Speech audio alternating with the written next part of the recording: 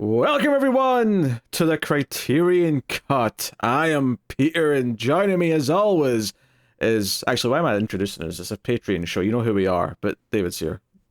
Guten Tag. Yes, welcome. We're back once again with another movie from the Criterion Collection. This episode, we're looking at a 2008 film, so probably the newest movie that we've done as part of the show. And that is a German film called Revanche. So, Yes. we'll start spoiler free as we always do, just so you know, because I think with Criterion movies especially, like, for the most part, there may be some exceptions in the future, but for the most part, we're probably going to recommend you go watch them. So we'll always start spoiler free. I'd say anything that's on the Criterion Cut, like 95% chance we're going to suggest it. If there's something that happens to be part of Criterion Collection that we do as something else, that's where you get lower odds. Yeah. Looking at you, Christopher Nolan. No, stuff like Armageddon, I would say that applies to, where Oh, yeah. they took a payday to put that movie out. That's fair, but we're never going to be doing a Michael Bay season.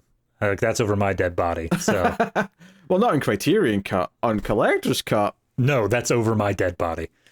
I don't know. Anywho, yes, Revenge. As you can probably guess from the title, even if you don't speak German, revenge is the key thing here. But Yeah. it is a drama thriller about a sort of an ex-con who is trying to run away with his girlfriend, who happens to be a prostitute in debt and wants to get away from that life. And some things don't go well, is the best way I could put it without getting into spoilers. As opposed to those movies where they try to run away and everything just goes perfectly fine. Yeah. Well, that's what makes the Twilight movies so good, is that the character wants something and then they just get it, and then 4 movies later, it's over. Yeah. Everything just works out perfectly fine. Yeah, no obstacles at all. So this is actually one that I had seen before. I saw this in like 2010-ish, 2011. I imported the Blu-ray because I just like buying Criterions. It had a cool looking cover. Yeah. That was that. I took the leap based on that. Yeah, that's fair. Yeah. It sounded interesting. So, and I remembered liking it. So when I was putting out the schedule, I was thinking of things to put on here. I always wanted to keep things varied. Some samurai movies, some Kurosawa, some Bergman.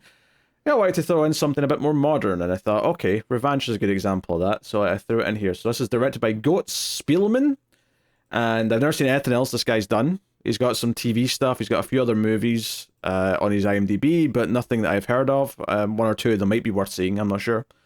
But, yeah. So I mean, I'm far less storied in foreign films than you are, so I'm looking at this and I'm like, nope. The Neighbor. Yeah, That's the only one I can even read. this is one of these things where this is a perfect example of a movie that I probably wouldn't know existed if Criterion hadn't put it out. It was their stamp of approval is what made me check it out.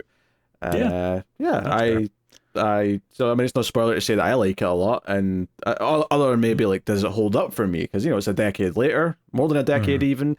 Do I still feel the same way? We'll find out in a second, but I'll always start with saying, David, how did you feel about Revanche? I liked it. It's a very like high tension movie. I would say that a major component to this is that old story of Hitchcock about the bomb under the table, and how that's how you set up tension, is you tell the audience something that the characters don't know, or not all of the characters know. And that's a way to just really ratchet up. You're waiting for them to find it out. And that's what this whole movie is. It's a collection of bombs under tables. And I'll be honest with you, I don't handle tension well. Like, when I'm watching a movie and like I'm sitting there on the edge of my seat, like there were multiple times as I was watching this where I had to actually pause the movie and just like, okay, it's gonna be fine, it's gonna work out, everything's cool. But yeah, no, it's a very, even if it doesn't end up delivering on the tension always in the way that you expect, it is tense the whole way through. In terms of the storyline and plot and stuff like that, I mean, it's a solid script. It's a lot going on. I will say that there's probably about like 30 minutes an hour into the movie where it pivots hard. It changes hard into what it is doing with it. It kind of goes down a new plot. And in doing so, it slows down significantly. But I do think that it works for the character development that it sets up here. So it's not, I wouldn't say the pacing is 100%, but it does work for what it's trying to do. But beyond that, everything else, I mean, shot composition alone is top tier. Yeah, cinematography is really good. It's all very confident. It does a great job of like focusing or lingering on a great example is, so part of the plot, without getting too into things, is that he's planning to rob a bank, and he just kind of cases the place out at one point, and as he's driving away, he kind of pauses and he looks down this alleyway that's near the bank, and you can tell he's thinking about how he can use this if he's going to rob the bank. And when he drives off, the camera just stays lingering on this alleyway for, like another 5-10 seconds. And it's the cinematography telling you this is important. The choice he has just made is important for stuff that's going to happen later. And there's a lot of that throughout the movie with the cinematography adding a lot to what's going on. I like it a lot. I think it held up for me really well. I think I misremembered because I actually thought the pivot, as you call it, was much earlier in the movie from memory, and it's not. It's like, because this movie's 2 hours long, the pivot or the big turning point is about 45 to 50 minutes in, so it's almost halfway. It's not quite, but it's kind of verging on it. And I thought it was much earlier because in my head I always just remembered it as the first act, and but it's actually, or maybe it is still just the first act technically, but it's a longer first act. And that first act is so well done and tense, and introducing all the characters and making you kind of like empathize with pretty much all of them, regardless of what they're doing. And even if you agree morally with some of the things they're doing, there's something to latch on to with all of them, and why you're kind of rooting for them. So I think that's done really well. And then the whole like back half or so of the movie, it's what you were kind of describing. It's the bomb under the table, figuratively speaking, where what choices are going to be made. We're put into a situation where one character has more information than a lot of other characters do, and it's like waiting to see where it's going to go. I'll also say I love in the opening credits, you see like a very subtle thing happen, which by the end of the film you have a lot more context for what that was, and I thought that was done really well. And I remember getting to the end of the movie the first time and going, oh, that's really neat that they kind of they snuck that into the opening title sequence. It's really cool. Again, without spoiling anything, I saw what happened, but I didn't see the object that caused it. So that was just another one of those bombs under the table things where when we get to the scene and it's obvious that we're about to come back to that opening sequence thing again, I'm like, what's gonna cause it though? What's gonna be the object that? I mean, it's opening sequence. Something hits a lake. There's something that falls into a lake. That's very easy to say. But like, you don't see exactly what it is on first go around. So it's a question of, well, is it going to be thing A or thing B, which would be very different things, whether or not it is, or even the reason why it's thrown in the lake to begin with.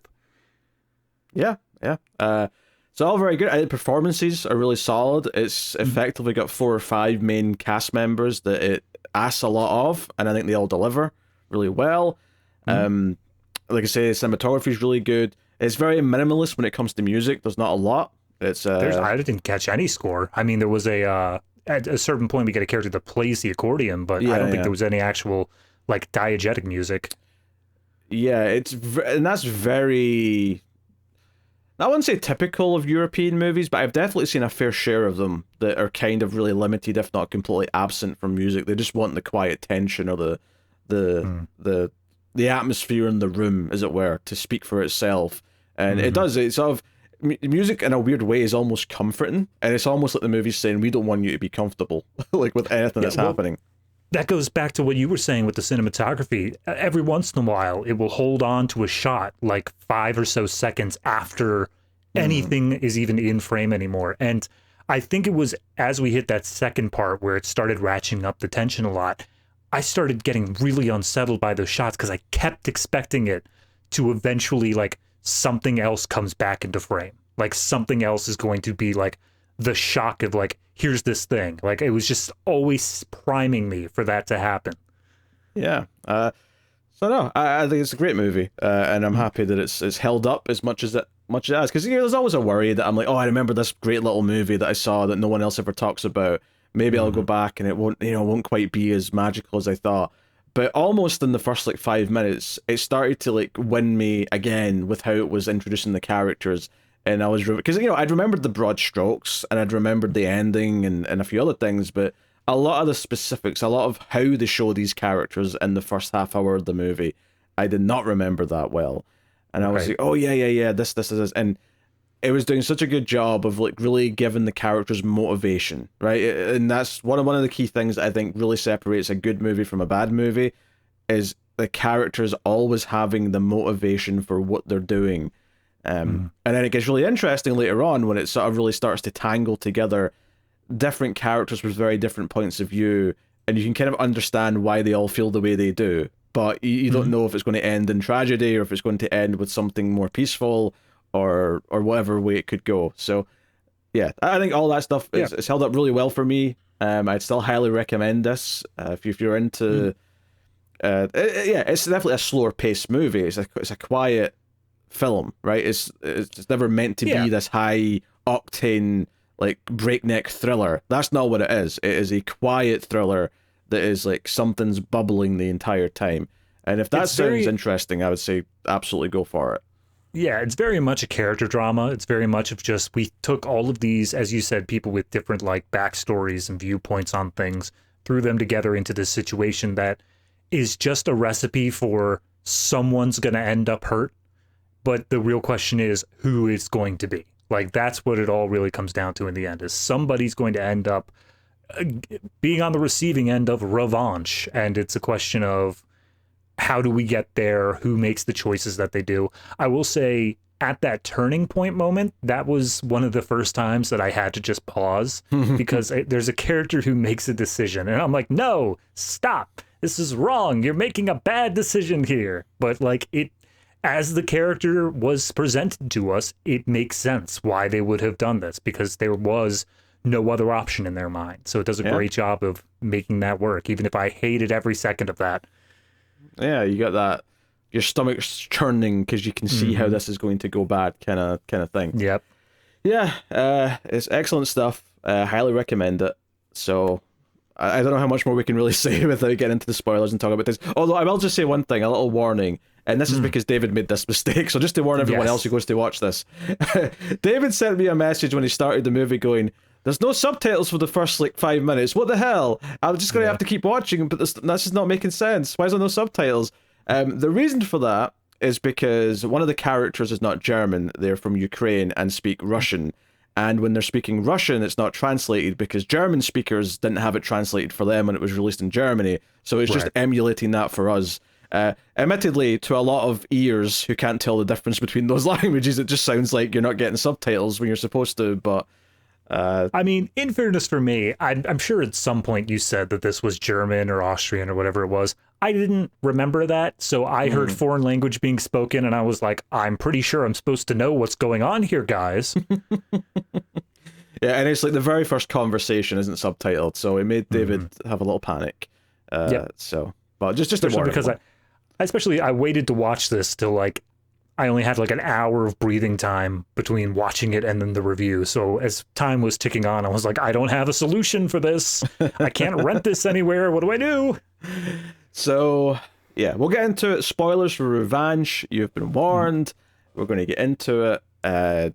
This movie introduces to two characters to begin with, which is Alex, who is our main character. He's definitely the most main character. Everyone else is kind of secondary to him, but they're all very well developed.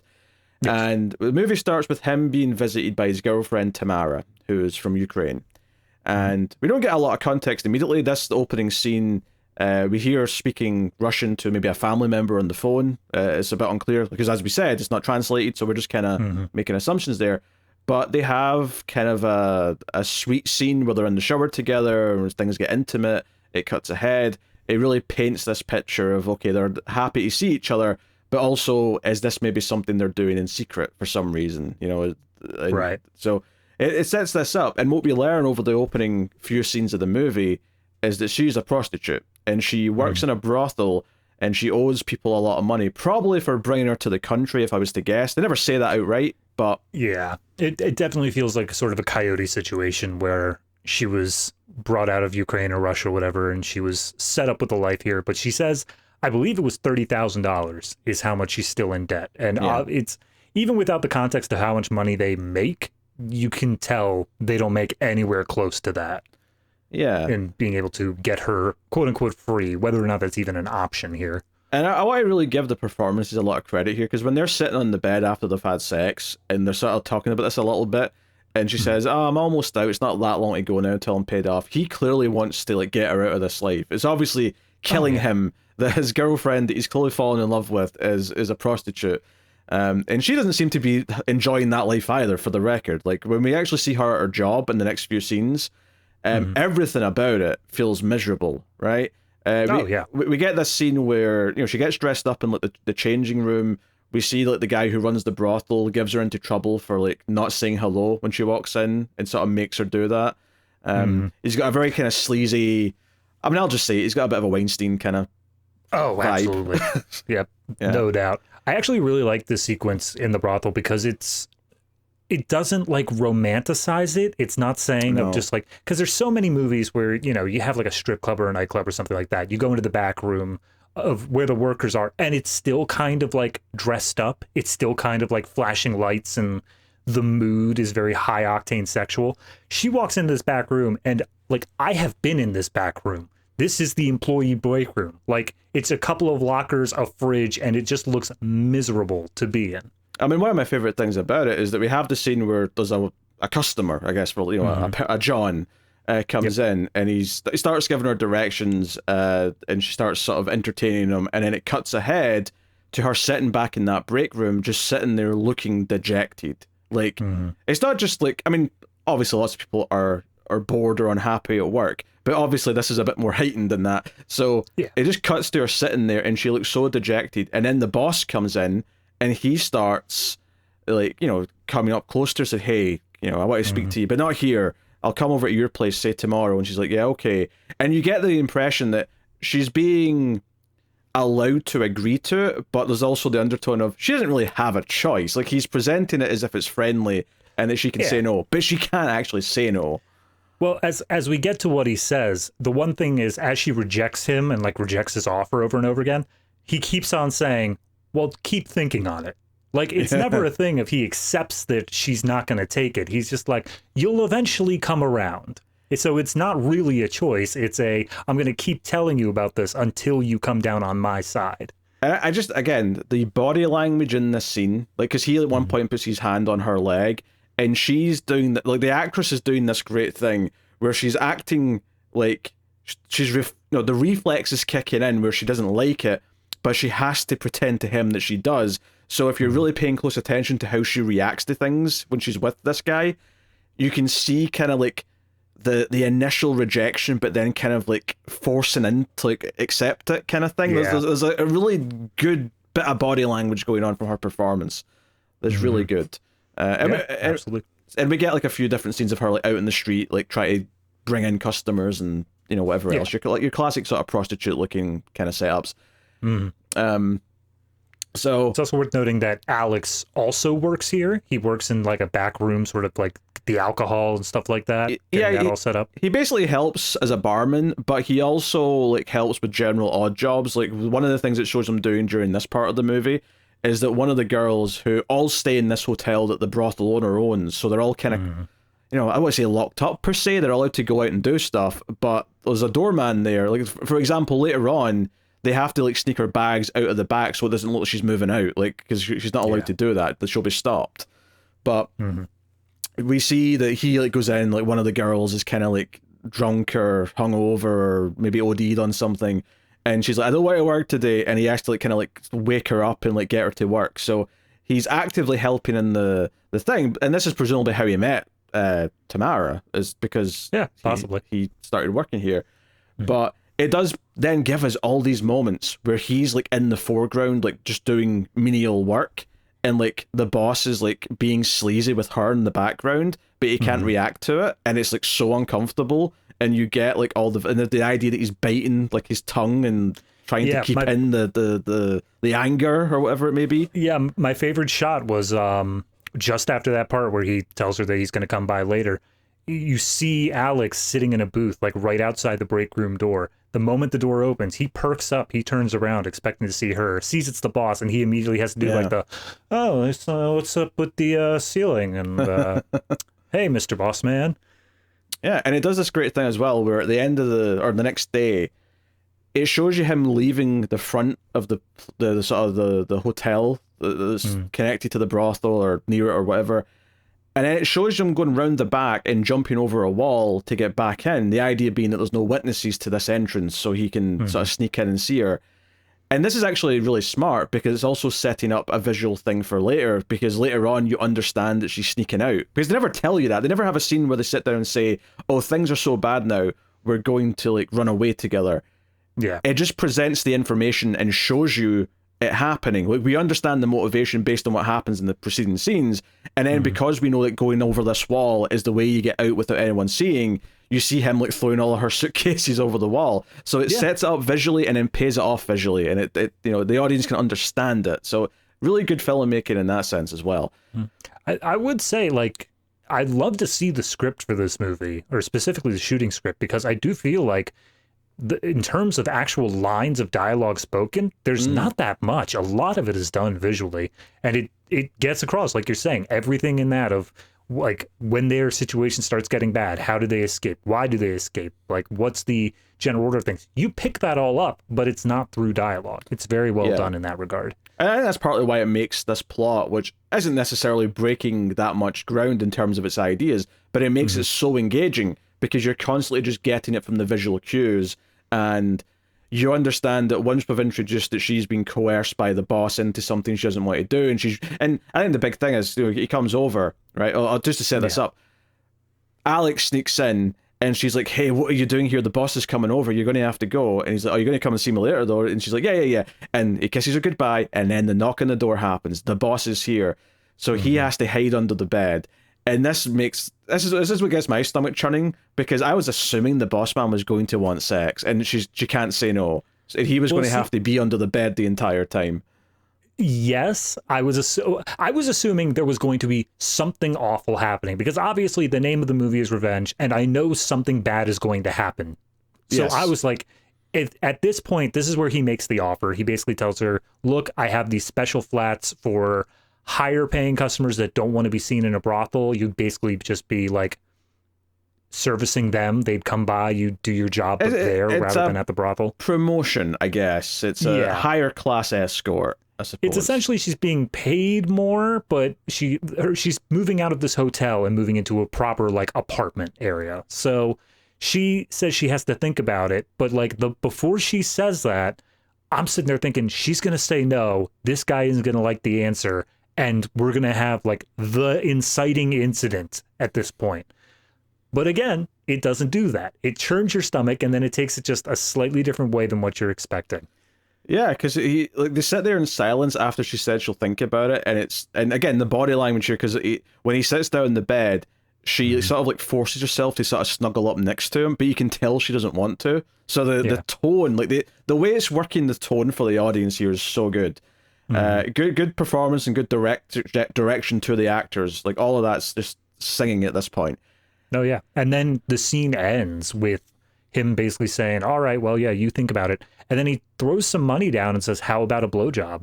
And you could tell she's like not sure if he's like actually serious about it or whether or not she should.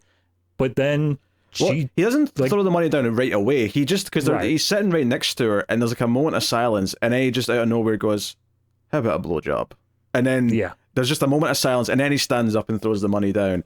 And you think, oh God, like, and then you actually get a POV shot from under the bed where Alex is, and I'm like, oh, he's going to have to like bear witness to like part of this.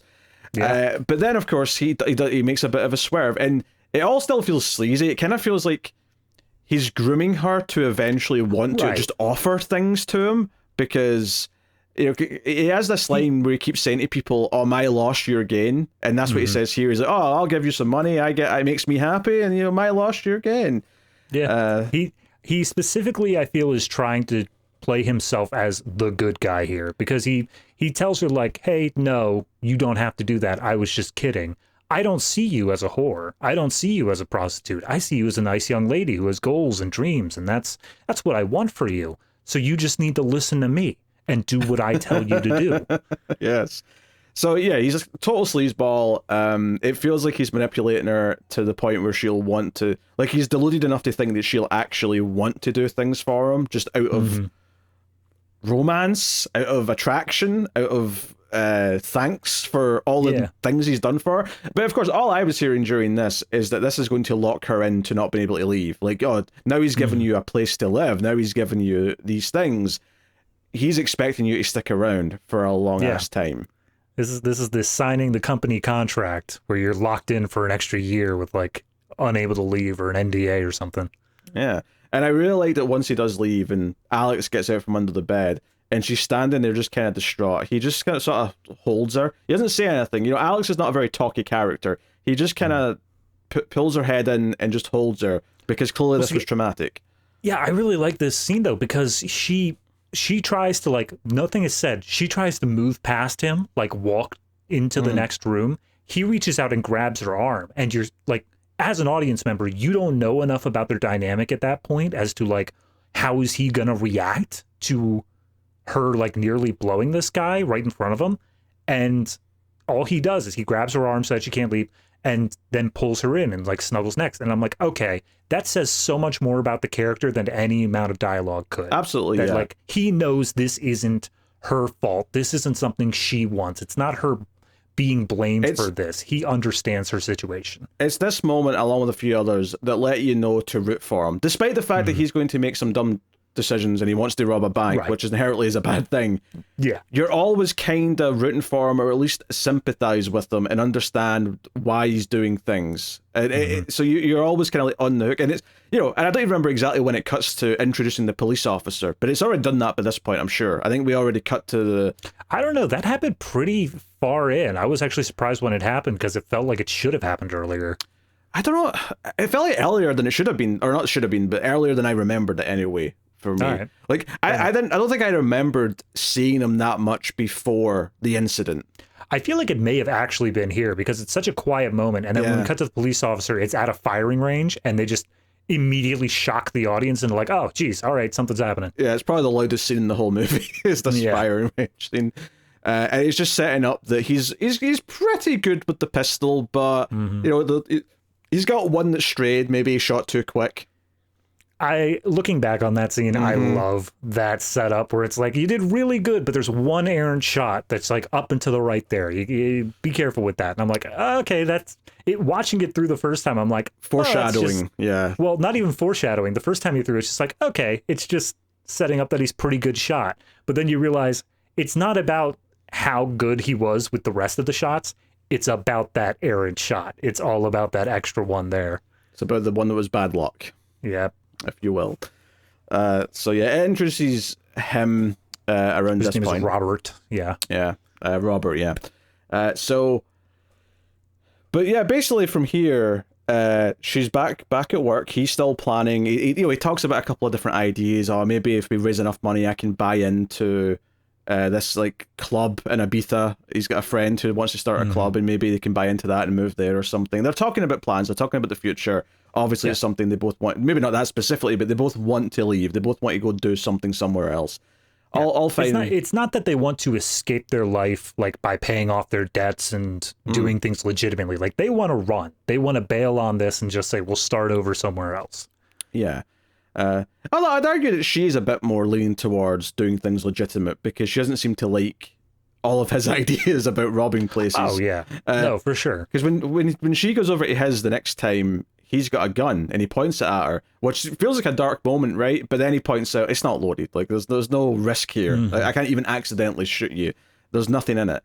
And then they kind of laugh about it and it cuts ahead. Well, that scene specifically comes after a scene that I think is informing the rest of the movie, honestly, which is he has to take some beer for his boss or something like that out in a car, and he drives. Oh, that's already happened. Okay. Time. Well, honestly, the sequence of events here, it's hard to remember the exact order. So it doesn't really matter that it's already happened, but it's an important scene because it's basically he's doing an errand for the boss and he's driving him somewhere, and the boss starts analyzing him. Right? He starts saying, "Hey, you know what your problem is?" and says that you're too soft. Like you pretend to be tough, but people can tell right away that you're not, and you don't belong. And this kind of ties into, part of what happens in the incident, of course. But also just kind of thematically for the character throughout the rest of the film, it kind of ties in. Yeah. Well, that's what I feel like, because the gun scene happens almost immediately afterwards. I feel like that decision, his decision to rob this bank, was made because of that comment. It was made with the idea of like, oh, okay, he thinks that I could just be walked all over. Screw him. I'm going to show that I still have what it takes. Because he's an ex-con because he stole stuff before. He was seemingly trying to get his life more back on track, but he's showing like, no, I'm not someone to be trifled with. Yeah, it's not so much specifically that the bank robbery is like a direct, like bit of proof that he's tough. It's more just that in general, he's like, well, I'm not going to be like held down by you. You don't think I'm tough? Well, I'll be tough and I'll get out from under you. And the bank robbery is basically just him going back to what he did before, just maybe with a bit more, experience this time, because he thinks, oh, I've got a plan this time. It'll all go fine. Nothing will go wrong. So the movie never actually says what he did time for before outside of thievery. I would love it to be that he tried to rob some other place, but it was just like a smash and grab. He had no plan whatsoever. And this time he feels like he's going full Ocean's 11. Yeah, I can see He's it. like, oh, I've got a whole thing mapped out. It's going to be great. No witnesses. It's going to be awesome. But yeah, you've got that. You've got a bit more of the character Robert. We kind of see that there's a connection roughly between them. Not a big one, but there's a small connection in that Robert lives with his wife Suzanne in the countryside, and their closest neighbor is an old man who turns out to be Alex's grandfather, because Alex goes out there to see him because his mother's called him and said, hey, go out and help him. He's an old man. And he goes out there to help cut some firewood, basically. It's a little farm that his grandfather owns. Yeah. And it just establishes there is this small link between these two characters already. Not a big one, but it's something that, there's a reason why it's not going to be a ridiculous thing if they run into each other later. Yeah. It also establishes that there is a lot of animosity between the grandfather and Alex, because he was in jail when his grandmother died, so he was unable to attend the funeral, and his grandfather just basically hasn't forgiven him for that. Yeah, I think obviously one of the big things in this movie is the idea of right and wrong and a conscience and all that, and the grandfather is kind of this conscience representation for Alex. There's obviously different things in the movie pushing and pulling him in terms of what he might do as the movie goes on. I would say another major theme, as we'll hit on, is the idea of responsibility for your consequences. Like every action you take has consequences, and it's dependent on the different characters here as to how much do they own up to their own personal responsibility in those actions. How much do they own up to the idea that they are the ones who caused this, and they are responsible for the fallout of whatever they choose. So, yeah, I think that. I think also empathy. I think that we're introduced to these characters at the start, and we root for them because they're actually empathetic towards each other, and they're surrounded by the sleazy mob guy, and they're surrounded by this world that is mean and cruel and cold, and who don't value what the people are, what they believe in, and what they want to do. Right? Tamara is ultimately being used as a product by this guy, and I think as the movie goes on, like the realization that other characters who are also at their core decent people, that leads to some decisions that need to be made in terms of like going through with revenge and things like that later. So that's like a big part of it for me. But anyway, to get back to where we are roughly here, the big thing that happens next to the club or the brothel is that Alex hears Tamara crying and screaming and saying no behind the door, and it makes him burst in to see what's going on, and this guy's hit her a couple times. So Alex flies off the handle and starts beating the shit out of him for what he's done. But the real cold part of this is that when we get the smash cut to after this scene, is that not only is he in trouble for intervening from the boss man, is that the boss man actually hired this guy to, quote unquote, soften her up a bit. Basically, he's not happy that she said, I'll think about it a couple times. And in fact, at one point, she's already tried to say no. And he's like, no, keep thinking about it. Keep thinking about it. Mm-hmm. This is basically what he's trying to do here, because she said, no, I'll keep working at the brothel. It's fine. I like being here with the other girls. And obviously, we understand that she doesn't want to get in deeper with them. That's not the real reason she's wanting to say no. But that's what she's saying to him, is she wants to be here with the other girls. So he's trying to make it feel dangerous to be here. Right. That she'll be safer in the apartment with, the high clientele. They won't be ruffians like this guy, kind of thing. And I love how, because Alex is privy to this, because he's the one who beat the guy up, he's like around as the sleazy boss guy is saying this. He's saying all this openly because he doesn't know about their relationship together. So he's like, yeah, look, he's new. He doesn't know anything. He doesn't know that this is like, sometimes we do this to the girls. Like when they get a bit too haughty-taughty, sometimes we take them down a peg. And this is just a thing that happens. And Alex has to just swallow his pride. He basically just has to be like, yeah, look, sorry I beat you up, man. I didn't know that was what was going on. But then he drives Tamara back home. Actually, I just want to make a point on that scene before you move on. Uh-huh. The cinematography in this scene, it's all shot in the reflection in a mirror. And it's not until the end of the scene where the camera pans and shows you directly Alex for real, finally. Yeah. Like, up until that point, he's been a reflection the entire time. And it's at the very end that it's almost like this is the fake act he's putting on until the very end when the camera pans over to the real him. And now we can see in his face how he really feels, kind of thing.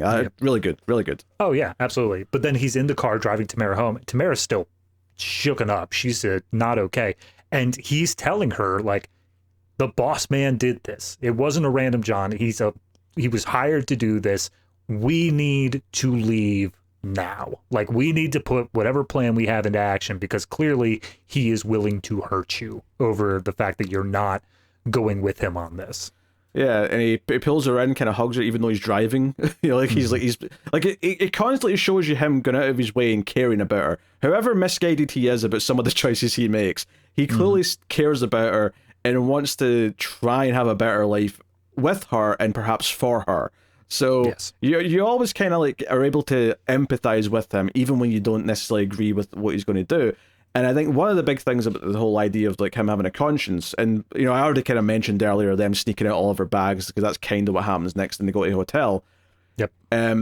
Is when he keeps saying, "Okay, we need money quick. I'll do the bank job. We'll do that." And by this point, we've seen him stake out the bank, where he kind of goes in, checks it, see what it's like, sees the little alleyway next to it, which the camera really emphasizes, and when he's saying he's going to do this, and she's trying to talk him out of it, and she's not really fond of the idea, by the time they actually get to, like, almost time to do the job, and he steals a car, because obviously they don't want to trace it back to them, so that's just still a random car to do the job in.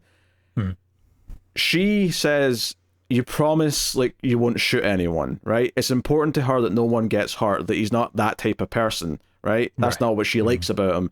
And he's like, no, of course I won't. See, it's not loaded. And it's because this is the thing. When he said it wasn't loaded earlier, we kind of I think you just assume it's because, well, it's not loaded now because he's not using it for anything. He's just, playing around with it. But when he pulls it out and like points at his head and pulls the trigger and says, see, it's not loaded, I think it's another little moment where you kind of like him a bit as well, because you're like, oh, he doesn't want to hurt anyone either. He has no intention of murdering anyone.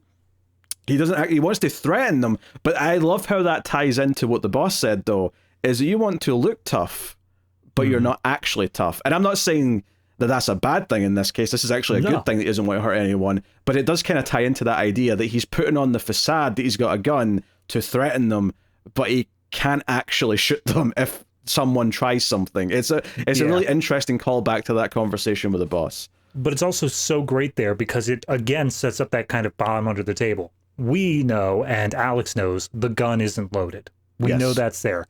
And then when he does finally go into the bank, he starts the scene. He starts threatening people, and you, like, over the course of the scene, a few more people get introduced. Like, he's got the teller, and then we see there's a guy behind on the phone. He threatens him with the gun, and you think, okay, he's got it. All's good.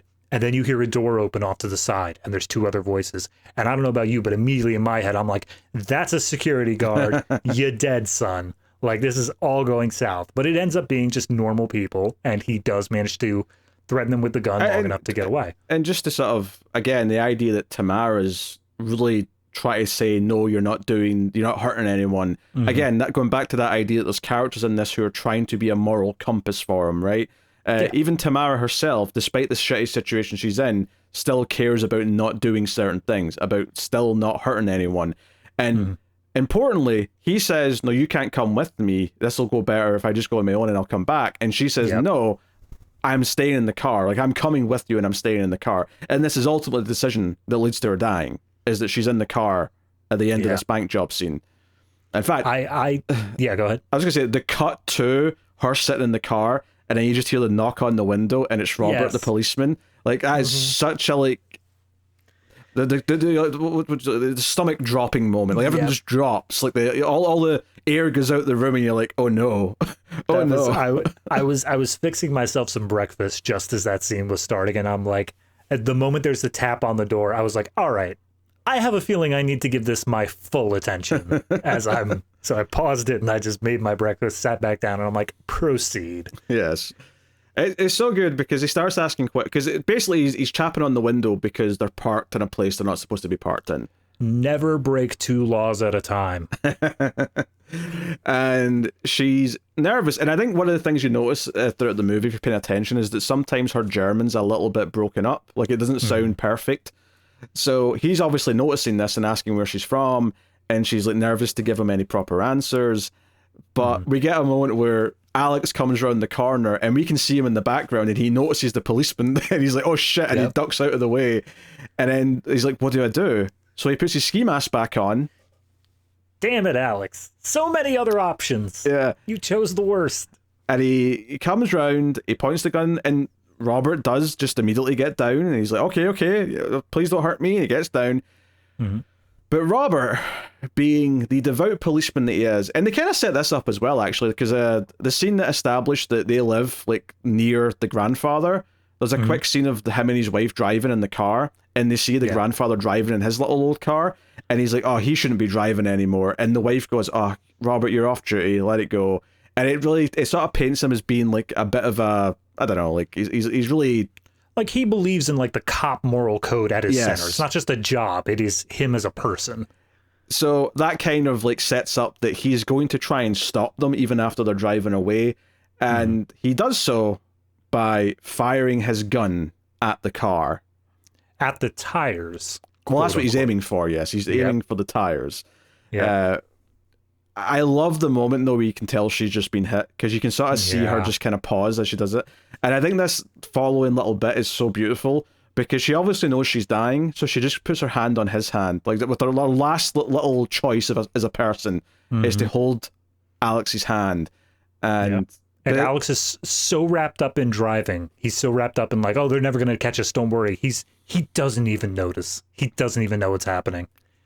And this, this entire 45 minutes, 50 minutes up until this point has been the setup for what the actual inciting incident really is. You could argue the stuff earlier was the inciting incident, but this really is what the rest of the movie is building off of, is this accidental killing of this woman by the police officer who...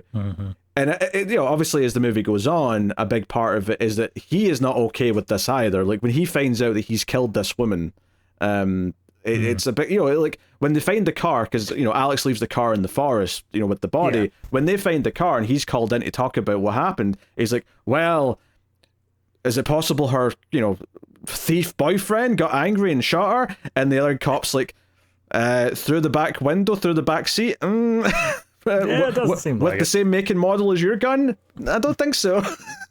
I absolutely love, though, when we have that sequence of him driving into the forest. It's actually earlier on when Alex was driving to his grandfather's house, we see him going down this windy road, and the camera does that thing where it stops at this like curve in the road, and we see that there is like a little cross there and a couple of benches. Like it's a whole little like camping area.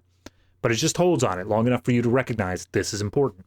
So then when we move back down that curvy road again after Tamara's been killed, the same exact shot. The car seems like it's about to make the same curve that Alex did, but instead it goes left. It turns into this little camping area because that's where we're now hiding the car. And it's just great that it gives you, even amongst this entire huge, like, sprawling thing of there's a countryside, there's a city, there's like the brothel and all that. It doesn't set up any geography except for this to say this is on the way to the grandfather's house. It specifically lays out so that you know the next steps that Alex is taking in his plan without him ever saying what it actually is. Yeah, there's a lot of like establishing something in a scene, and then you understand where we are, what's happening later on because they did that earlier, and this is a good example of that. But before he goes to his grandfather's, though, he he's in the car and he's crying, like he's clearly distraught by this. Like it really feels like a big heavy blow. And he did all of it for her and him to be together. Yeah, so, and he walks to his grandfather's place, says that his bike broke down, he needs to borrow the car to go back into Vienna, which is the city that they were in. And it's to go back to the hotel to get all their stuff because he has to clear that out. And he ends up staying with the grandfather for a while. That's kind of where he is for the rest of the movie. It's also worth noting that the boss, sleazy boss guy, kind of suspects that Alex said something to Tamara, and that's why she ended up fleeing. So he's also on the run from him now. Yeah. Which is not what the movie focuses on, though, because once they leave that life, we never go back there. We never see... No. I think other movies might have had this boss character find him, like, in the third act, and, like, have a big set piece come out of that. Every 30 minutes or so, you'd cut back into the city, and he'd be like, "Sir, we've gotten word that Alex was spotted in a grocery store out in the countryside." And he'd be like, "You send my men there, and you take them out." Interesting Germans you're quoting right now. I'm sorry, I didn't want to actually put on a German. I was going for more mobster. Yeah, it was a very thick American mobster. Go get Alex, schnell. There you go, that's some German. I go the Chernobyl route, where if I have to do a different accent, I just put it in whatever I want to do. Totally separate. Yeah. So no, I liked all the stuff of because there's a few more scenes actually with Robert before I think even the incident. Because I'm pretty sure it's established by that point that they've wanted to have a kid and they've not been able to. They had a miscarriage. Yeah, because we see them having like one of those. They have like a barbecue with some friends, and like I think it's her mother, Suzanne, the wife, who from this point on is going to be a big character. Actually, that's why we were naming her, because she is a big deal. She is like talking to her mother, and the mother's like basically, like, "Oh, why are you having kids? You see that other couple had twins. They're adorable. Where's my grandchildren, you little shit?" And she's like, "We tried, okay?" And it turns out that even that one time we got pregnant and it ended in a miscarriage was a miracle, the doctor said, because basically he's firing blanks, right? If only he fired blanks other times. Oh, damn, that's a burn. But it really, I think it's really a great detail, and something that the movie keeps coming back to is their desire for a kid, and he feels like a failure for not doing that and not being able to. It really paints this idea, much like Alex is motivated by being told that he's not that tough, to then try and do this big thing to, get out of that life and prove that he is tough. I think similarly, the idea that he feels emasculated because he can't give his wife a child is why he's going above and beyond in his job. He wants to feel like he can do stuff. And as the movie goes on and the guilt is there because he's murdered someone, accidental as it may be, I think that sort of the idea that he can't talk about it, he doesn't want to tell his wife how he feels, like he can't just open up about it because he feels like he can't do anything right because he can't give her a child, and that really paints into how his motivation is the entire time. I feel like it really comes down to this idea of masculinity on both sides, because obviously Alex, he does have this empathetic streak, but he's told that he's not tough enough. Meanwhile, you cut over to Robert's character. People want him to open up. They keep on saying, "Look, you accidentally killed someone. That's something that bothers most people." But he sees it as like, that's just part of my job. And if I start opening up about that, like, what, I'm not Like, what kind of cop opens up about that sort of stuff? There's this idea of just this uber manliness that he has to live up to. At least for the first little bit, obviously, as the movie goes on, it's very, very clear that he is not okay with it, and he is... Oh, yeah. No, but he doesn't want to admit that even to himself. He's trying to mask it out. He starts basically spending less time at home with his wife. He's spending more time with his cop brethren, because odds are, and we actually see it mostly, they don't force him to talk about it. They keep him distracted. They keep on saying, like, you did the right thing. And he's just made out to be more of, again, that hero that he wants to be, rather than the guy who made a mistake that he actually is. Yeah, for sure. So, yeah, that is definitely a big theme of this movie. It affects both the characters and how they are and the choices they make in both their plot lines, both before and after the big incident. And I think you can really look at it through that lens. So, yeah. It's also important. Sorry, just wanted to bring up. It's important to note that at this point, Alex, he's in the area. He's living with his grandfather, as we said, but he has no idea that Robert is feeling any of this. He knows that Robert did it. Well, no, actually, even before we get to that, because we have to talk about how he finds that out. He doesn't know that at first either. That's not some. He doesn't know who Robert is. He has no plans for revenge. He has no plans for anything. He's just lost, and like he's upset, and we can see that he's like fighting back tears as he tries to interact with his grandfather. And it's only like the next day or two where he's in the grocery store, which we find out later that's actually Suzanne that runs that place, right? She works there. Where she starts talking to the grandfather because she knows him and is being friendly. She's offered to take him to church at the weekend so that they don't have to drive separately. So she's very friendly with him. And she's like, hey, did you hear about that robbery? And like, blah, blah, blah. And she starts talking about it. And she mentions her husband and mentions like the gun stuff and whatever. And Alex is sort of like listening to it. And then after like she walks away, she says, hey, is her husband a policeman? And he's like, yeah. And then he just kind of goes on about something else because he doesn't really care. But he basically finds this link. And he's like, wait, I know who this is. Like, I can find who did this now. Which then starts us on this path. And before we go to that, though, I want to also mention we've had the initial scenes where Robert, the cop, has come home and he's not told Suzanne what's happened that day. And she's kind of just asking him about his day as they're eating dinner. And I love the framing of this shot because we can see her. She's at the end of the table, so we see her from the side. But he's got his back to us, right? Yeah. So he's shut off to her, but visually to us, he's really shut off. Like he's not. We're not seeing his face. We're not seeing how he's reacting. And when she's asking questions, he's giving these kind of non-answers, like, "Oh, we didn't need to talk about it. You know, nothing happened. Like, I ran into the bank robbers. It was fine. Nothing happened." And they're like, "Well, sure, did anything happen? Well, what happened? Did they threaten you?" Yeah. And like, wait, they were armed, and you're telling me you're only telling me this now? It's like nothing happened. I'm fine. And then he actually gets the call to go and like, you know, they found the car at this point. He gets a call to go and talk about that and sort of like basically answer questions about how this happened and find out that he killed this woman. Yep. And he's like still not told her that he even fired his gun. That's obviously something that she finds out later off camera. But like that's how withholding he's being is that he doesn't want to talk about any of this. Yeah. And it's not until he sees the consequences, you know, it's something he's obsessing over for the rest of the movie is the crime scene photograph of her dead body. Which he keeps on him to look at, like, sporadically throughout the rest of the movie. It's clearly eating away at him. And one of the first big things that comes from this, like you said, is that he basically tries to convince her and himself that he's fine, and it's just an accident, it's bad luck, nothing to do about it, let's just go on with our lives.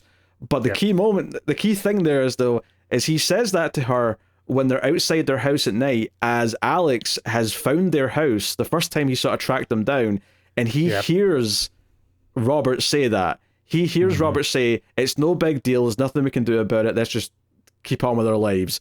Which can only further motivate Alex to want revenge, because this guy doesn't seem to give a shit. But what's so good about it is that even at that point in the story, we already know that he's lying to himself. We know he's lying to himself, which makes it tragic. It gives it this sense of tragedy bubbling up. We get the somewhere in here is that the parents, as you said, the grandmother complains that they don't have grandkids. The parents show up for dinner, and essentially the father-in-law is telling Robert, like, yeah, well, you did great, you did awesome. She was a prostitute or something. Who cares? Like, you're doing your job. And it's revealed that he's, you know, being formally questioned. I don't know exactly how the Austrian justice system works, but He's got basically something open because it is technically manslaughter. He is being investigated for that to make sure that he didn't do anything wrong. And his father's basically saying, like, you didn't do anything wrong. You did everything you were supposed to. Just to emphasize here, I think the thing you're missing here is he's outraged. He's annoyed. He's like, how dare they like question you for doing your job? She's just a filthy prostitute. Like he's got a really dismissive attitude towards everything. And again, going back into that whole theme of masculinity. That's absolutely an example in this. Why is Robert so scared to talk about his feelings? Maybe because this father that he has always spoke to him like this, and he doesn't have a good example of opening up. Whereas, funnily enough, Alex his grandfather is kind of more of a good influence on him. Yeah, gentle soul. Yeah. But I love that part at the dinner though, where as soon as his father-in-law's telling him like, "Hey, you did everything right," and he's getting all like disgusted by the fact that he's even being held accountable for it, Robert gets up and like storms out. Like that's one of the first things that definitively says like he is absolutely not okay, because even when he's being told that he's doing everything, like he's right, he's in the right here, he can't accept that. He can't even hear it because he knows deep down that it wasn't. And he's just is going to be sitting with that guilt for the rest of the movie. Yeah, and that's when he goes outside and they have that conversation, which sounds incriminating to Alex because he's trying to convince himself that it's not a big deal. And this sort of sets up what we're doing for the rest of the movie. This is the part where, like what I said, about half an hour here, where everything really slows down. Not a whole lot happens in big major moments. It's very much each scene is just adding a little bit of extra, like... Yeah, it's a combination of a few things. It's Alex clearly very angrily cutting wood because to get his emotions out. Okay, can I just say... Okay, well... This... He starts off with like a rotating saw thing to cut the firewood, and then he moves over to an axe, which he uses very angrily. This is Chekhov's axe, man. I was waiting for this axe to come back in a major way this whole movie, because like it's every single time we see him outside, he's using it. He's cutting it like that, and I was waiting for it to come back in some horrific way this whole time. And I won't say whether or not it does yet, but like the entire time this movie was going, I was like, I am going to witness something brutal involving that axe. I don't think I had the same expectation. Okay. All right, fair enough. I don't think I did. I either didn't seem like that movie or because I knew he still had the gun, so I don't know. That's fair. I never really... Honestly, it was only the last like 5 minutes of the movie where I was like, this is going to happen. It's going to happen now, and I'm waiting for it. No, so there's a lot of him doing that. There's a lot of him sort of like finding out more about Robert, finding out about his running route that he takes every day as he runs past the lake, he goes jogging, that kind of thing. But the main thing that starts to happen here is that Suzanne keeps coming over to like give, like a pie to the grandfather or give him a lift somewhere or something. Encourage him to bring out his accordion again, play some music, have some fun. And it does this really great thing where after he's done it the first time where he's played the accordion, the second time you hear it, it tells us that she's probably here because the last time he played it was for her. And Alex hears this, so he goes in to check if she's there, and she is. And this is actually the moment in the movie where you can see how she's looking at him, and you kind of go, wait a minute, there's something bubbling here, there's something cooking.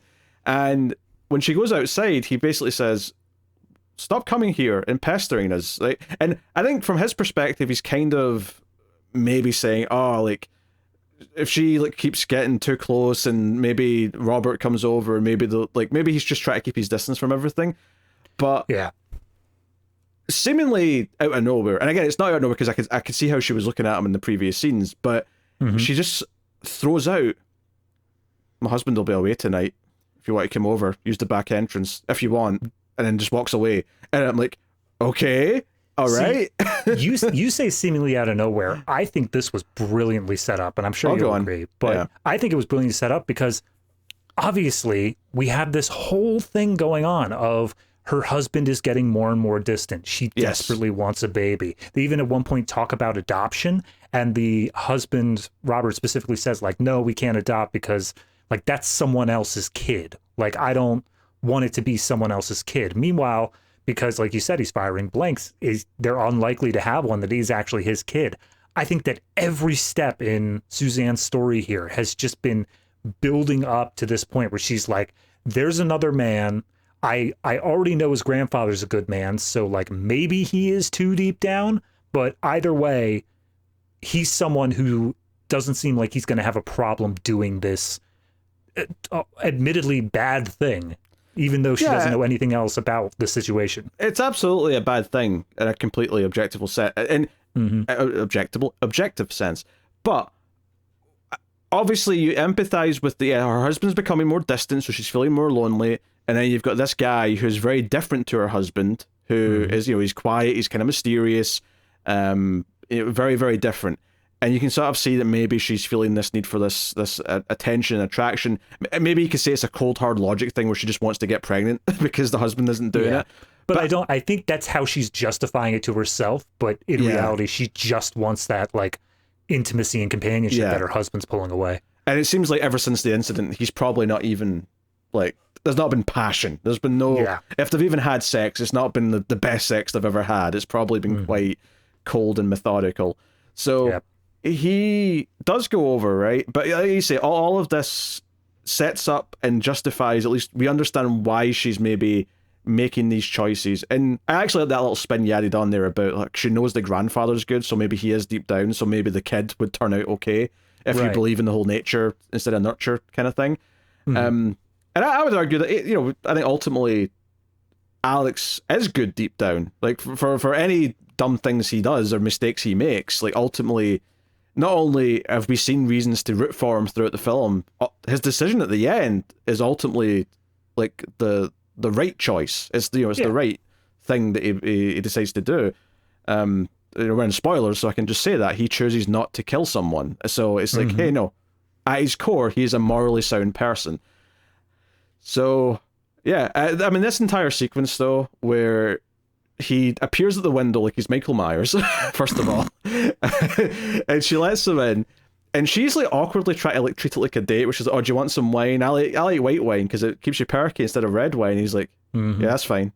And she goes and gets the glass, and all that is like, oh, don't think I'm an alcoholic. I mean, this bottle wasn't filled before you. And she keeps talking like she's nervous, and he's just quiet the entire time. And then we get this scene where she tries to make small talk, and he's like, oh, are you happy with your husband? She's like, yeah. Well, then why do you want to fuck me then? And just is really blatant about it. And she kind of like backs out for a second as if she's like, okay, now that you've actually put it down, like, black and white, I feel a bit weird about this now. And then he sort of like reaches out and starts like undoing her belt or whatever. And she's into it, and it's like obviously progresses, and she needs to turn out the light, probably because she feels a little bit guilty. Oh, absolutely. Yeah, she's totally ashamed by it. So we get this very poetic, like, the sex itself is a little... Rough's probably a strong word for it, but it definitely feels intense. It's an intense, on the kitchen table kind of thing. That's the thing. It's they don't even manage to make it to the bedroom. It's just like, all right, pants are off, we're doing it, let's go. Yeah. But it's all done very artistically in this like beautiful silhouette because the light's off, so you just get the night light coming in from the patio with the doors, and so it's like kind of like erotic, but also has this kind of like, oh, this is kind of wrong, like what's happening here. Yeah. It's not something that we feel like we should be seeing. It feels like this isn't a thing of passion. This isn't a thing of they care about each other. This is a thing of, I mean, from her side, obviously. Honestly, if you look at it from a certain point of view, both sides of this is getting revenge on Robert. Yeah, obviously from him, it absolutely is. This obviously when he's presented with this opportunity that his wife wants to have sex with him, this is like a taste of revenge. It's not the ultimate revenge that he's thinking about, but it's a taste of revenge. Yeah. And then from her perspective, with him getting more and more distant, she's just like, I like the line directly afterwards where, because she's a church-going Christian every Sunday with the grandfather, he specifically says, like, and what does your God think about that? And she responds like, he understands. He gets it. Yeah. He knows what it needs to... Like, I have my needs. We're cool. And there's something to be said about poking at the character here, that he takes at least some enjoyment in this revenge of having sex with the man's wife, when earlier on in the same film, he was forced to maybe bear witness and know that his love is being forced into situations with other. Now, obviously, this woman's not forced into this; she's making this choice. But there is definitely a thematic link to that. This was torture for him earlier. Yeah. So now he's getting back in that way. He sees taking that as what strong men do, of what tough men do, and so Absolutely. he's putting himself into that situation. So yeah, and she wants to see him again afterwards. He goes for a shower and he sees there's a nursery, which makes him ask questions about, if they have kids or not, which she says no. And it happens again. She sees him at the store soon after. I think one of the better lines though with Suzanne, because she does try to like poke and prod at him a little bit, and it's just like, why are you such a dick? Like, why can't you just like have fun with this? And he responds of like, be thankful you don't know the whole story. Be thankful you don't know everything, which obviously she implies to her that he has some deep, dark history or whatever, which he does eventually let spill, but he still doesn't give up everything. He doesn't give up the fact of like, and it was your husband. When at this point, I think he's trying to just not be connected to her as well. I think he can't let himself be connected to her. The next time, which is initiated because he's in the store, and she comes up and says, "My husband's away again tonight," and just walks away. I like he's talking about like a loaf of bread or something. She's like, "Yeah, no, we just got that in, by the way." Yeah, we'll go back and talk about everything Robert's doing throughout this part of the movie, but I do want to talk about this scene where he goes to her again, and he clearly, in fact, both times he goes over to see her, it's like a big emotional like decision to do it. Like, I think the first time, before he makes the choice to go over for the first night we just talked about, he's like just pacing backwards and forwards in his room, punching himself in the stomach because he doesn't know what to do. He's been presented with this opportunity. Yeah. What does he do with this? And also, just for the emotional extra beat on that, his room that he's staying in with his grandfather is completely empty except for a single photo of Tamara that he has pinned up on the wall. Yeah, he had that with him. Yeah, so he just that's the only thing that he is bringing back from his old life. That is his sole focus, which is why I think what he is trying to psych himself up for is the idea of like, this isn't about having sex with her. This is about revenge. And it's something that he has to try to square away in his own mind to say like, having sex with her is not betraying Tamara's memory. It's not betraying that it's doing this for her memory. It's doing it in that way, despite the fact that that's stupid and crazy. Yeah, absolutely. But in this situation, who could say we all wouldn't be feeling the same? Yeah. But the second time he goes over, which he doesn't actually even make his presence known. She actually has to come out and look around, and he's just sitting there on the patio.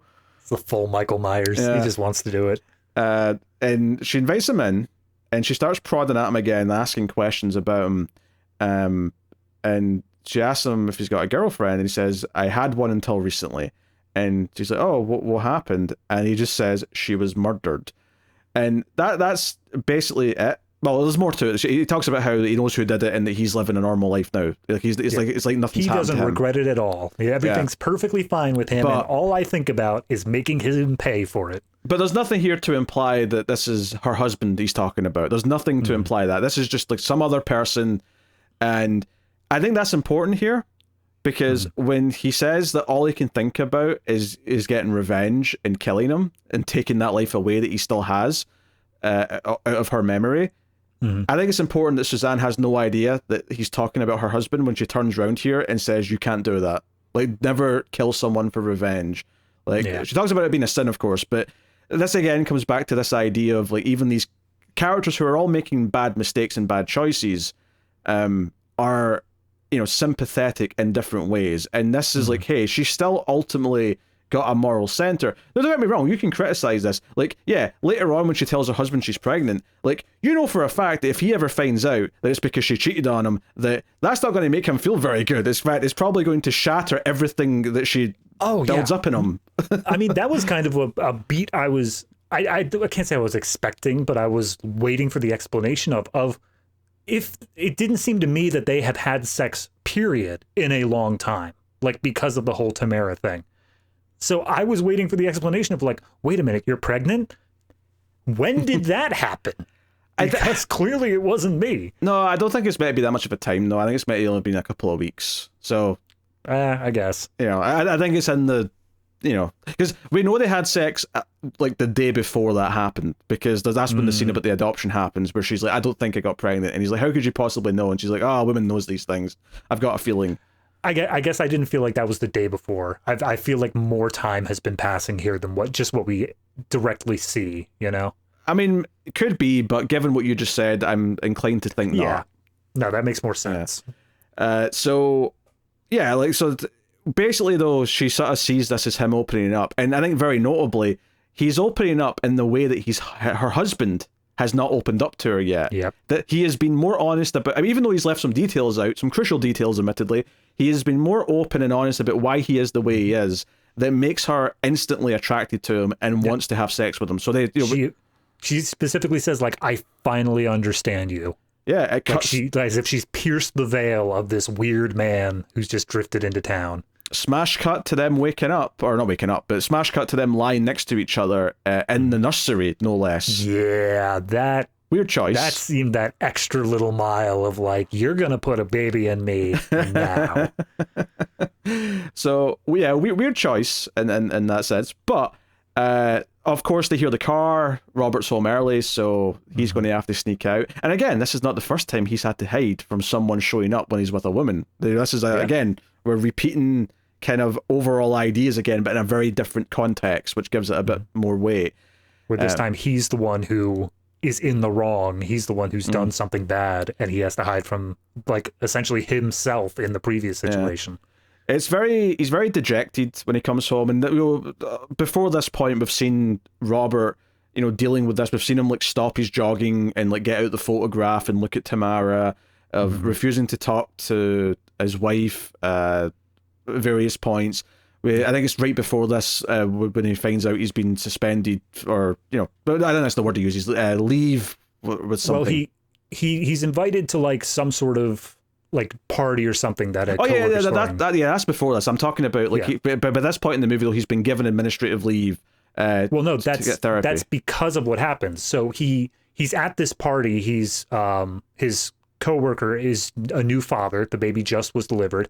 They're all toasting, having champagne or whatever, and he essentially has a breakdown right then and there. Like in the precinct, he goes to the next room. You see him just struggling to hold back tears. His breathing is heavy. It's like a panic attack, basically. Yeah, he goes to the locker room and has a panic attack. Yeah, but it's everything is hitting him all at once, because obviously he's been trying for a child with his wife. It hasn't been working out, and now his coworker's saying like, "Oh yeah, I have a beautiful baby," and it's just that tiny little straw that breaks the camel's back. It just immediately opens up the floodgates of everything he has been holding back this whole time. So he does arrive home, and the way I read it at least was that because he had that panic attack and he was found by coworkers, at least implied between scenes, they basically said like, dude, you're not okay. We're going to give you some time off, whether you like it or not. And that's where he comes back and told that he's been dismissed temporarily. Yeah, I don't think I ever made that connection that anyone saw that attack, because we never see anyone see it. It's not like he was going off and hiding. He was literally in the next room over. It didn't seem like it was a thing. I got the vibe that breakdown is what informed his fellow officers, okay, you're not as tough as you're making yourself out to be, and therefore we're going to give you leave. And it's, again, that final little wall of even his coworkers can see through his demasculation here, at least through his eyes. In reality, it's just opening up and being clear with your emotions, but it's that last little thing that allows him to finally come home and talk to his wife and finally open up about what's been happening. Well, I mean, he doesn't come home and just allow himself to talk about it. She has to prod again. Like he's basically just like broken when he comes home, and she starts asking questions, and he finally kind of admits that he's got this photograph, and she's like, "What photograph?" And he pulls out this photo of a dead woman that he's carrying with him that he's been looking at, and she's like, "Okay, this is not healthy. I'm going to go throw this away. You should not be looking at this." Probably a wise choice, but keep in mind this is happening as Alex is like sneaking out of the house, kind of thing. Yeah. So you've got all this playing at the same time, and again, bomb under the table moment. She's walking with this photo into the next room, and you hear Alex moving from upstairs to downstairs, and you're just waiting for him to see that photo. You're just waiting for that to happen. But there's no indication here. I think it's important to say that he ever hears any of this breakdown, He doesn't hear any of it. I don't think he does. Like, it doesn't seem to imply that he does. No. But he leaves, right? And at this point, he's maybe ready to finally do it. We see him loading the gun like the next day, and he's been watching where Robert runs his route like every day. So for the audience, this is really effective, because at this point in the movie, we've seen Robert completely break down. His life is in shatters because of what he did. He clearly morally is not a bad person, because he is so broken by the fact that he accidentally killed someone. But that's not what Alex is aware of.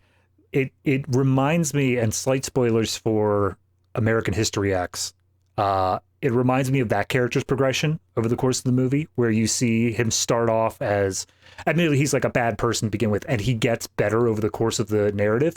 But there are other characters who are not aware of this progression, and it makes it all the more tragic when a movie finally gets to its end point. So we kind of build up to basically there's two or three big finale scenes. I guess the other thing we should mention here is that the grandfather has been showing signs of getting sick throughout the back half of the movie, and it's kind of this thing, because the first time we see Alex with his grandfather, he has no time for him. He just wants to do what he's been told to do and get out of there as quickly as possible, and then it's a convenient hideaway for a while. But over the course of the back half of the movie, he starts to see him be struggling and have these moments where he gets headaches or gets out of breath and has to sit down and fall asleep randomly. And he cares, and he wants to take him to the hospital, and he does so. So by this point in the movie, it may be after the scene that he has with Robert, admittedly, where he actually takes him, but that's all been going on as well. I think it's important to say that, because it's like, while all this is going on, there's also this connection with someone that's building, where he's showing care and concern and compassion. And I think that's important here. It's another person he cares about that is on the verge of being lost. And he's taking care to save, because obviously the grandfather, he doesn't want to go to the hospital. He knows he's old, and he thinks, like, if I go there, I'm not getting out again. Like, they're going to keep me there for treatment forever. And I love this farm. I want to die on this farm. But he makes the point of saying, like, no, like, you need to get care. I don't want to lose you too. So he ends up getting him to the hospital. Actually, there's a great scene when they're having dinner or lunch, which all of their meals look weird to me, but they're probably just common meals in Germany. But they looked weird. It was like a block of cheese, a sausage, and some bread, and they were just cutting bits up and eating them. I was like, all right, okay, whatever. That's the farmer's meal. Anything that you can just get off the farm. Yeah. Did you know that in Germany, lunch is the big meal of the day, and dinner's more of like a sort of just have something small? I feel like I've heard that, but I don't understand it. I don't get how that works. Because school in Germany stops at like 1 p.m, so they can families can be together for lunch. That's crazy to me. They have a lot of homework, though, from what I remember being told. Okay. Well, that's fair. The only thing I know about German schools is what I learned in Spring Awakening, which I don't think is typical. So, but yeah, there's this scene where they're talking, and at this point, the grandfather's kind of coming round on him, because he's seen how hard he's been working. And he's like, hey, you know what? You go nuts without a woman. You need to find a woman. But you'll find one, because they'll recognize, like, they'll see how much you're willing to work, and that's what will appeal to them. And I kind of took this as him saying to him, without realizing that he's doing it, because he doesn't really know about Tamara or what's happened. But he's basically saying that, no, she didn't like you because you were tough and were willing to go and do something dramatic. She liked you because you were there, and you were dedicated, and you were always there to put your arm around her and hold her when she was feeling down, and you never blamed her for anything. It was the consistency and the commitment that you put into it that was appealing to her. And that's how I kind of felt that as he was saying it. Yeah, people in any sort of relationship like that, they value the honesty. They value an honest day's work. They value being open with each other. That's what it really comes down to, is if you show that you're able to work like that, if you're able to just put in the effort, people see that as translating over of, like, you're honest. You're able to just show who you truly are, rather than someone who tries to, like, again, rob a bank, someone who tries to get it through dishonest means, someone who tries to take the easy way out. Yeah, and I think obviously he was always honest with Tamara, but that idea of him robbing the bank being a dishonest thing to do is like showing that he hadn't quite given up all of that part of his character and doesn't understand what she'll appreciate. Because she was trying to talk him out of it repeatedly, and he kind of like forced it into happening and convinced her that it would be okay. That it's fine, I've got a plan. He keeps trying to convince her. So another big theme of the movie, absolutely there. But yeah, we have this scene where he's waiting on the bench by the lake, and this is obviously the water from the start of the movie. You kind of recognize it, and Robert stops his jog. He says hello, and they've said hello to each other like once or twice before this point, but they've never really interacted properly. Yeah. And he sits down, and Alex says, "Hey, are you that guy who shot that woman at the bank robbery?" He's like, "How did you hear about that?" I said, "Well, people talk. It was in the paper." He's like, "Yeah." He's coming off as like so charismatic here too. Like he is genuinely trying to be friends with him, but you know it's all just a cover, because every time Robert looks down or away, Alex's face just drops. And again, much like the scene earlier with the wife, we can't see Robert's face until he stands up and like turns around and looks at him, and that's kind of a dramatic point when that happens. We only ever see the back of his head for the first half of this scene. So again, very strong choice because there. Robert hasn't opened up to Alex yet. Yeah. So. But Alex, it's a good point you made actually about him being really charismatic in this scene, because he's smiling and he's talking in a way that we've not really seen. At least maybe technically with Tamara we saw this kind of, but he's never spoken to anyone else like this. Like it's almost like because he's actually motivated to like have this conversation that we're seeing like an enthusiasm from him that has not existed up until this point in the movie. But he's asking questions about her or about him and what he did, and he's like, "Hey, well, you must have been aiming for the bank robber, right? Because and just hit her by accident." And he's like looking for the justification of like, you were trying to kill me at the very least, right?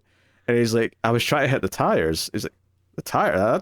They're quite low down. Like that's you kind of suck at this, don't you?" And it's just that thing where once he stands up and he's sort of ready to like leave the conversation, and you think it's over, there's like because he's like, "Hey, aren't you worried that this guy's going to come for revenge? I mean, you shot his girl." He's kind of like getting very on the nose here, and he's like, "Let him," right? Which I think is one of the first things that maybe tells Alex how he really feels about it. But then he walks off camera, and then you just hear his voice say, "But if he did find me," and Alex turns around, and notably we're on the other side of the bench. We're looking over the bench now, just from a sort of scene standpoint, the idea that we're over the horizon line. And he says, "If he did find me, I'd ask him a question though. I'd ask him, why was she there? Like, she wasn't the getaway driver. She didn't help with the robbery. Why was she even in the car? That's what I'd ask him." And it's not so much that he's saying, "I blame the robber for her being there," but he's just posing the question that was clearly also a part of the fault. And even though it was her choice, she insisted upon being there. This was after she tried to talk him out of doing this. She gave in to the thing he wanted to do, and that was her compromise, is that she be there with him in some capacity. But he was the one that talked her into this plan, that it was okay, that he could do it. And he has to sit there with this sort of like shared guilt of like, wait, we're kind of 50-50. Because I don't think you could say it's 50-50 in a lot of other contexts, but because they were doing something criminal, where there was a reasonable expectation that a security guard or a cop or someone might open fire, that they're doing something dangerous, that I think it is a shared blame between these two people. And I think there's that acceptance, but I think the bigger thing that gives it more heart to me is that I think Alex recognizes that this is absolutely eating this guy up. That he does care. Yeah. This is not something he has gotten off scot-free from. This is something that is haunting him. He's got some hope because his wife's pregnant now, sure. Like, he's got that. Hopefully he never finds out where the baby came from. But yeah, so... This was 2008, before 23andMe took over. Then all of a sudden we got some problems. But no, this is like... I mean, obviously there's two big climactic scenes. This is one of them. It's this confrontation. Yeah, what you're saying there, I really think that the moment he decided not to kill him is the moment that he said, "Let him." And it's not even that he says it once. He says it twice. Like, he says it once just immediately as a response, then he pauses, he sits with it, and then he says it again. It's like he says it as a gut reaction, heard himself say it and go, "Yeah, you know what? Yeah, I didn't just say that off the cuff as a mistake. Let him." Yeah. He's reaffirming it. Yeah. Like, I am that fed up with this whole thing. I am that guilty about all of this. Like, if that's my penance, that I have to die for her, so be it. That's what I'm willing to deal with. But I think that the reason that second thing, the bit of him saying, "Why was she in the car as well?" that part is not so much of saying, "Oh, I've decided to forgive him for his crimes." Like you said, it's that shift of blame. Not 100% shifting it over to him, but up until this point, Alex has seen Tamara as the innocent bystander who was just caught up in like this plan. It should have gone off without a hitch if not for the cop. But now he's realizing, no, she was a innocent bystander, but it was never just the cop's fault. It was my own as well, because of the decisions that I made that put her into this situation. And like you said, she was trying to talk him out of it. She was trying to make it so this whole situation never came about. It's in that moment that he realizes, like, oh, wait, I'm the problem too. I'm to share in this. And I think owning up to that. Just as an overall thing, that first 45 minutes absolutely makes the audience care about her, right? Mm-hmm. It's important when she dies. You care that she's gone. Not just because of how it's going to affect him. I would even argue to say that in the first 45 minutes, she feels more like the main character.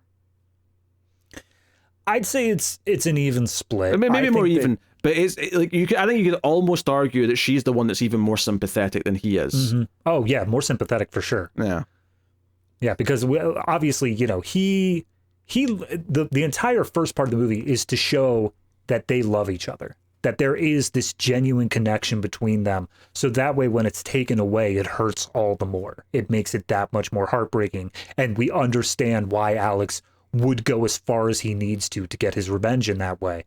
But I think that the first half, because it knows Alex is going to have to go through this character arc where he betters himself in the second half of the movie, it makes it so that in the first half he is, I wouldn't say unlikable, but he is flawed. He does have this major character issue that he needs to overcome. Whereas Tamara is essentially a completely innocent soul. Like, yeah, she's forced into this whole horrible situation, but her as a person, she doesn't want part of that. She doesn't want to do that. And she's just against her will going through these things. So as an audience, we see her as essentially this sacrificial lamb, this character that goes through something that they had no control over in order to get this character change in Alex. Yeah. And I think, you know, when we shift over to Suzanne, I think it's a really interesting technique to have like one prominent female character in that first half and then have it switch so effectively to another one from the other side of this dynamic between the two male characters, who really helps emphasize the effect of their decisions on the people around them. It really helps point out that this is talking about masculinity, and specifically these ideas of like what they can allow themselves to do, what motivates them to look tough in the case of Alex, or in the case of Robert, how he can't open up, can't talk about how he's feeling. And even this idea that he maybe even goes above and beyond in other parts of his life because he feels like he's not accomplishing a core thing that he's supposed to do as a husband. So he's almost saying, well, I'll be a better cop then. If I can't do that, then I'll go above and beyond. So that could be the little motivating factor that made him just say, I'm going to stand up and take some shots to try and stop them, because then I'll be the hero who stopped the bank robbers. But all that happened was someone died. No justice really came from it. Like, if he stopped the robbers, then he would have come home that day. He would have been like, honey, guess what I did? You're looking at hero cop. But because it seemed like, I don't know, and I don't think that when he first came home, he knew that he killed her. No. But he was still refusing to open up. He was still refusing to say that. So I think that when he took those shots, it shook him a bit more to his core than he's willing to expect. I think that fact that he thinks he was close to death in that moment, and he found himself to actually be scared of that, he thinks, I'm a cop. I shouldn't be scared of that. That's something that I should, like, that's my job. Why am I so scared of being put in that situation? And that's why he refused to open up about it. Yeah. I should be tough. I should be, whatever. So no, it's a really great examination of these things. And then the scene, obviously at the end of this scene, we get the thing that links back to the start of the movie, is that Alex pulls out the gun and throws it into the water. Punctuating that choice that he's never going to actually go through with it. And the moment the gun hits the water, there's this, just, you see this wind over the water just rippling that. And I'm like, I don't know how the hell you pulled that off, Mr. Götz, but Good job. A giant ass fan just off camera. I just imagine him standing a mile upriver, and he's like, okay, wind is starting now. Go. Do the scene. I wonder if they just did like a bunch of takes, and then there's just one of them just had this lucky moment where this happened right after. If that's the case, there's now a pile of pistols just in the middle of this river. That was a pretty wide shot. I bet they were just like vaguely shaped pistol-y, because it was so far back you probably couldn't tell if it was just like a wooden block that was shaped like a gun. But again, as I was saying at the beginning, we don't get to see what we know that this is the scene where something's going into that river. There's just not enough time left in the movie for there to be anything else. So the question is, does this go into the river because he's given up on revenge, or does he do it because it's the murder weapon and he just committed his final thing? So during this entire scene, you're sitting there thinking, he's got a pistol in his pocket. What's about to happen? And I think what's so effective as well is that when the first time I watched it, I genuinely didn't know what the outcome was going to be, because I think it clearly sets up to the audience that Robert does feel guilty, and it clearly sets up that Alex is a good person at his core, but he wants this revenge. And I don't know if this is ultimately going to be a tragedy where he does get the revenge and we get this really dark ending, or is it going to be what we get, which is he ultimately is able to empathize with the other person and realize that this is the wrong thing to do. And it's something that notably goes against what Tamara even wanted in the first place, which was that no one would get shot. She didn't want anyone to get hurt. Something that Suzanne then reiterates when she says, no, you can't take revenge. You can't take someone's life out of vengeance. Like that's just something you cannot do. That makes you worse than whoever killed her. At that point, she didn't know who she was talking about, obviously, but all of that boiling up to this point where this is a happy ending, as much as you can have one here, of him making this moral choice not to do it. This is the soul that we've been fighting for throughout the movies, his, and he makes the right choice to not go down that path. So it's it's not like a parade, there's flashing lights and confetti falling type of happy ending, but it is in effect the happy ending of this character story. Which, if the movie ended there, I would have 100% accepted that, and I would have been like, great, awesome, happy ending. But then I looked at the time and I was like, there's still like 10 minutes. Oh, you were left. worried. Well, what? Because I expect this whenever I hear a title like Revenge and I see the poster and everything like that. I'm like, this is a tragedy. There's no way this ends as like the happy ending here. I'm just waiting for that bomb under the table. So yeah, Suzanne comes over next day or whatever it is. Yep. And is looking for the old man for church because it's Sunday, and he's like, he's not here, he went to the hospital, and they talk about that for a little bit.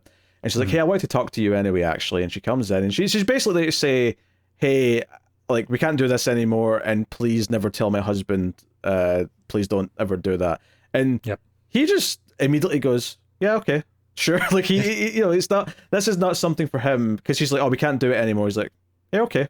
Which is probably not what you want to hear as like I mean, not that she cares at this point, but this idea that like, oh, he's not fussed. He doesn't care that he's never going to have sex with you again.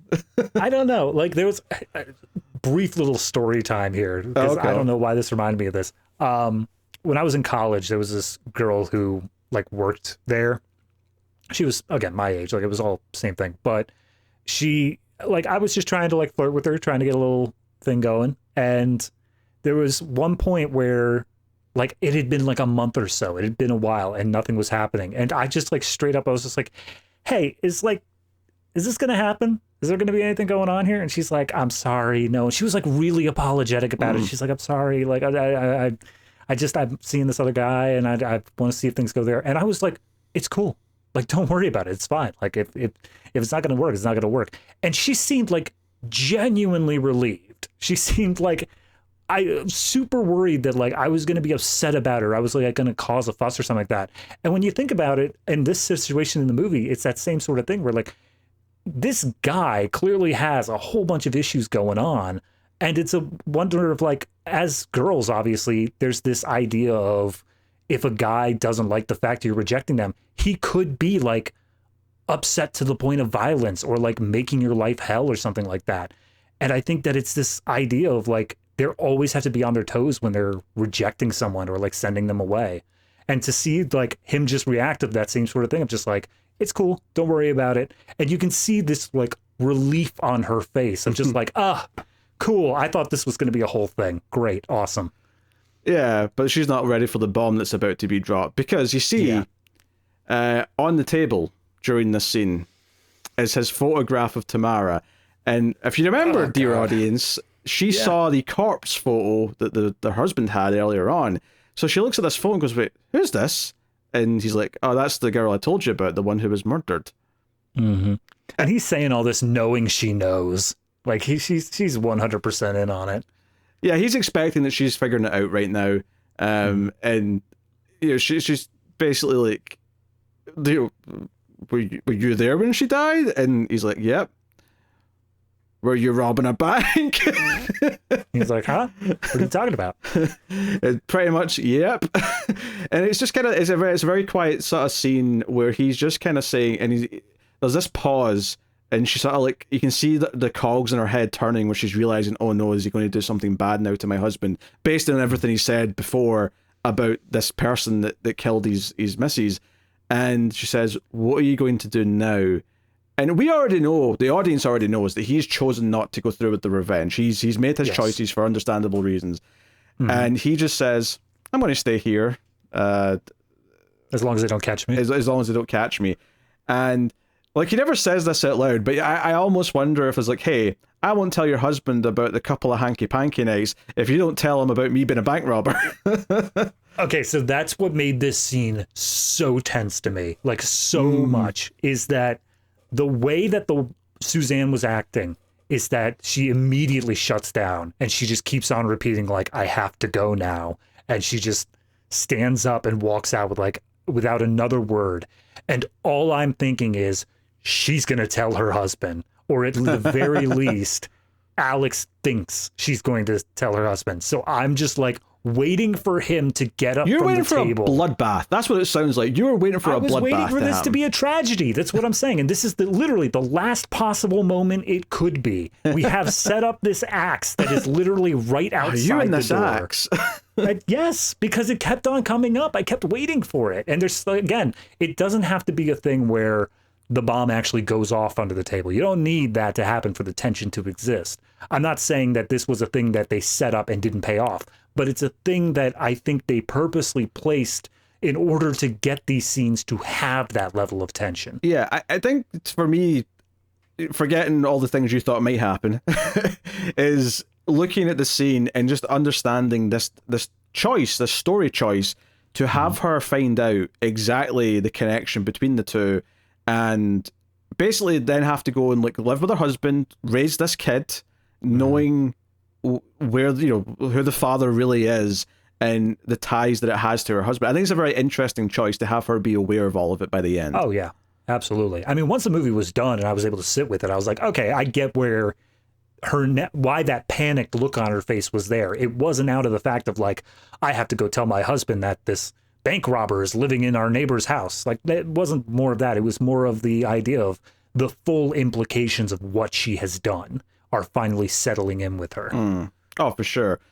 And I think, yeah, she probably, if anything, she probably has a worse opinion of him right at this minute, even though I think she was more right before when she said, I understand you now. I think she did understand him, and I think everything she felt then probably still tracks, but obviously this is a huge wrinkle that's going to cloud everything she thought previously.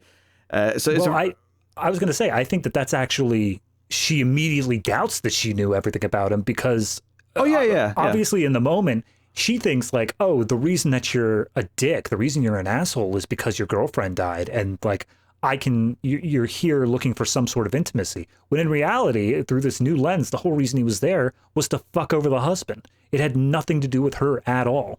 Oh, for sure. But I do think that technically, she won't necessarily think this right now by the end of the movie, but I do think that she was right in her estimation of him before. That, like, everything she thought was still true, it's just that there was all this other stuff as well that's also true.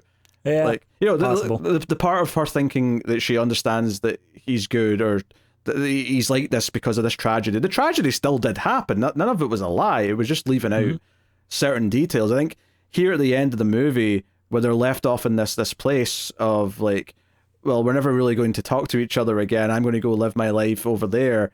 I think it's very interesting to me that the final moments of this film because there's a little bit after this, just a little quick scene of him out in the next to the apple trees, and he's picking up all the apples. And there was a scene earlier on where the grandfather was really excited. He's like, "Hey, taste this." He's like, "Oh, the apples are blossoming. They're ripe. Best apples this side of the country." Blah blah blah. He's really proud of them. And I think to me, this ending here, with him picking up the apples and going back inside with this big basket of apples, to me, we don't know for sure if the grandfather's died yet by this point. Maybe he has. Maybe he's just on his way. It doesn't really matter. I think the point of this scene is that unlike everything he tried to do in Memory of Tamara, which was all fueled with this like ultra masculine, I need revenge, and it's all this kind of this darker side of things, I think this is him healthily trying to continue something for his grandfather. This is something his grandfather cared about, and he's not, he's just continuing something that meant something to him, right? He's doing something like this is passed down to him now. There was nothing like this for Tamara that he could really do.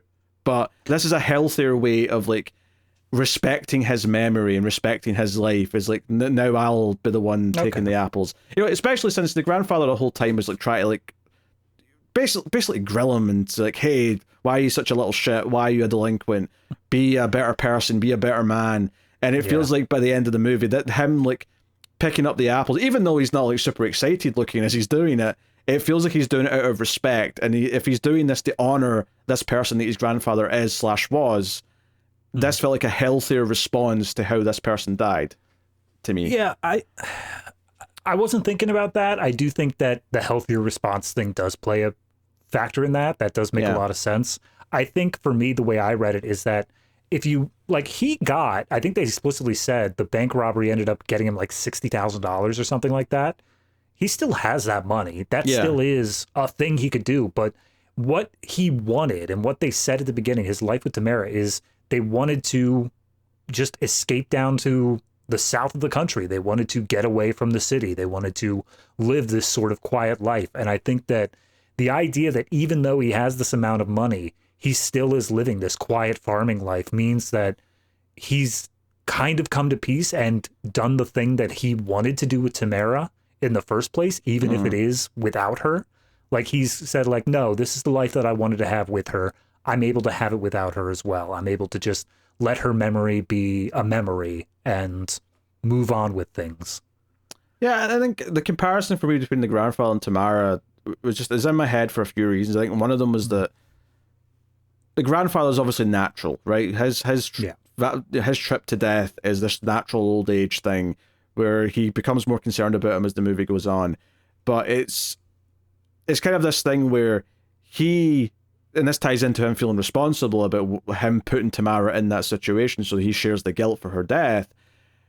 I think the idea that the grandfather's going naturally, so he's able to give it a more natural response, a natural healthy response that's not marred by guilt in any way. I mean, maybe, you can argue he might feel guilty for not like being nicer to him earlier for a lot of his life, or being more argumentative with him or whatever. But I think by and large, this is like an example of him kind of learning from his mistakes a little bit. The idea that he is just peacefully picking these apples, and that's, he's content with doing that. Maybe this is where he'll stay. Maybe he'll move on. But I think this is very much the end of his story of revenge because he's made peace with it. I do also think that he may have learned something in his talk with Robert, because Robert explicitly does say, like, "Oh, you were aiming at the tires. How did you mess up all the way that?" And he does say again, it's like, it's just bad luck. Like, that's all it is. It's just bad luck. So looking at it from the grandfather's perspective, perhaps before this point, he would be looking for something to blame as to why his grandfather was sick and started like getting dizzy and whatnot. He'd be looking for some level of like, blaming God, blaming disease, blaming whatever it is that he needed to blame. But I think that once he takes Robert's point of view it's just bad luck happens. Like, bad things just happen to good people sometimes, and you just got to roll with it. You just got to move on from that. I think it's that same sort of viewpoint here where he's like, yeah, my grandfather is sick and hopefully he gets better, but if he doesn't, like, that's the way things shook out. I don't need to blame something anymore. Yeah, you can also read the ending as like he's become a little bit more like his grandfather, and that's good. Like, he's become a better person overall at the end.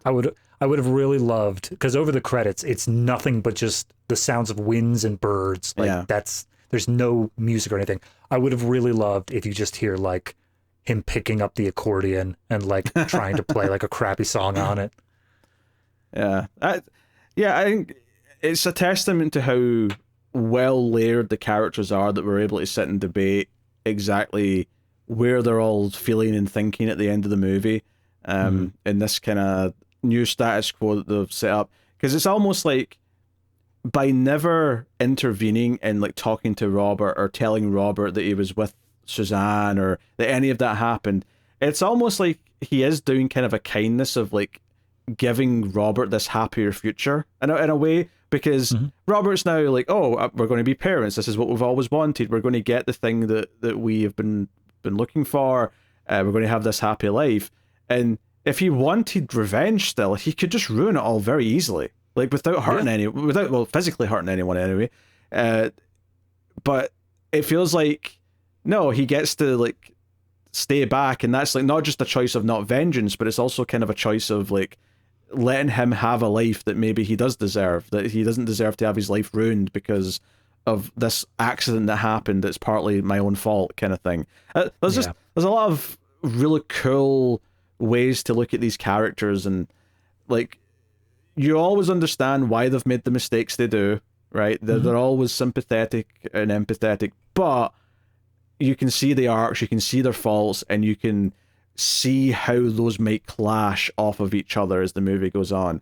And I think one of the big testaments to it is that the first time through, I genuinely didn't know if it was going to end in a bloodbath or if it was going to end with the way it does, which is a more, again, maybe happy is not the right word, but like more of a learned lesson, more of a, like, he actually had a good character arc where by the end he is better despite all the bad things that have happened throughout the movie.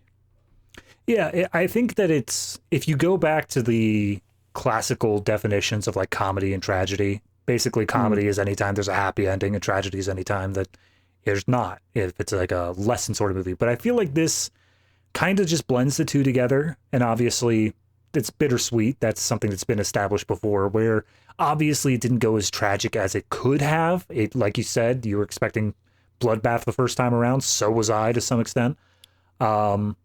But it takes this idea of not everyone is happy. Not everyone is like glad with what they made it out of, but they are better off. They all have grown. Some of them have gotten something that they were looking for. Some of them have learned something that they needed to learn. They've all changed as people, and they are better off for that. Yeah, for sure. Certainly all the three central characters of Alex, Robert, and Tamara. Suzanne, I meant, not Tamara. I was going to say, all right, Tamara's not better off, but at that point, she's the inciting incident. She needed to not be better off. For sure. So, no, it's an excellent film. Good layered characters, excellent cinematography, excellent performances. There's really not a whole lot to fault, I don't think. So, with that, what are you going to rate Revanche? I mean, it's high. The question is how high.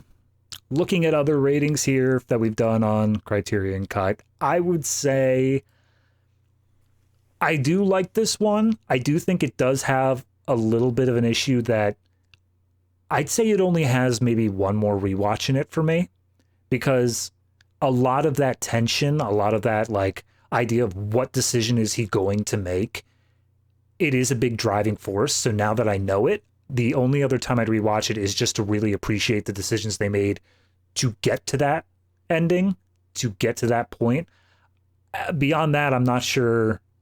Because like you said at the beginning, the story is not something that is this wildly complex and brand new thing that we're dealing out. It's a pretty basic story overall. It's just the way it's told visually that's really the stunning part of it, that really makes it this extra special something. And the character development is also fantastic, but it doesn't have that thing that really brings me back, I don't think. Maybe it does. Maybe I'm just overthinking it. But for me, I'd say this is probably an 8.5. It's just barely under that 9. Because again, I do think that it changes something knowing that it ends up the way it does, but it is still very, very good in the way it executed everything it was doing.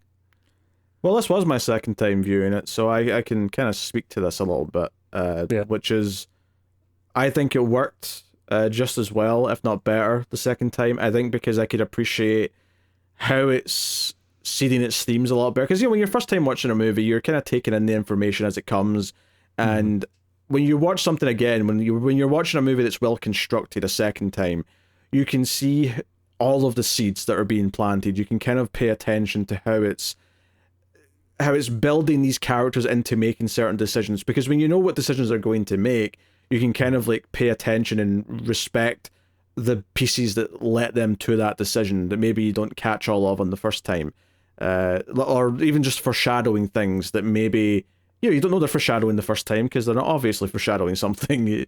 It's not until you know where it's going that you can sort of see some of that stuff. I think this held up just as much as I remembered it being.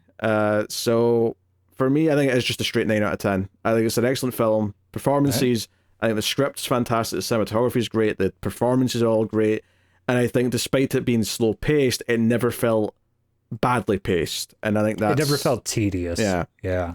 I was always kind of on my edge as it was displaying the information to me. Every time the camera lingered somewhere, it felt like it was telling me something. The movie was communicating information to me, and I felt rewarded because of that. So 9 out of 10 for me. Loved it.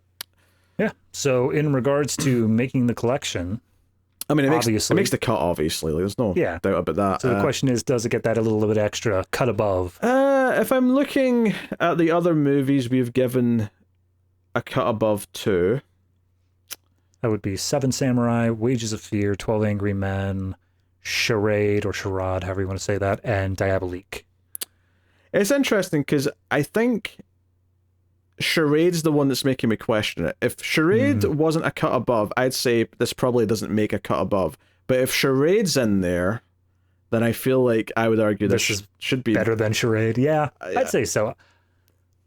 I mean, it's one of those things where it's much newer. It's not as time tested. It's not something that we know how. Obviously, we are a good, 15 years removed, but everything else here is a good 50 years removed.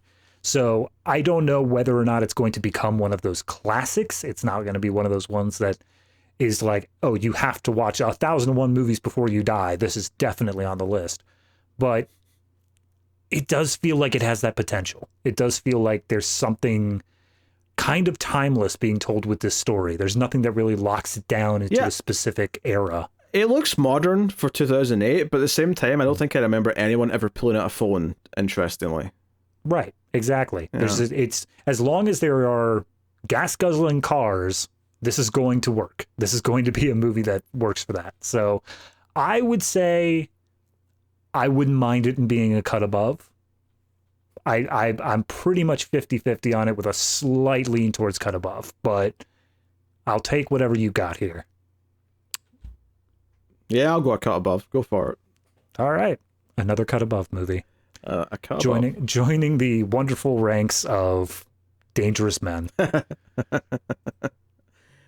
Ah, dear. But we've still not had anything. I mean, the lowest average for Criterion cut is an 8, and nothing's been below that yet. We'll see if that holds up, but... Yeah, again, there have been Criterion movies that go beneath it, but not on the show. So that's all that Not matters. on the show. No, not on the show. Speaking of, next time we are doing a biggie. We're going back to Kurosawa. Oh, boy. We'll be looking at one of his later... It's not his last film, but it's one of his last few. His last big one, for sure. And that is Ran. One of the few films that he did in color. So that'll be interesting to see. Yeah, for sure. So that's next month on Criterion Cut.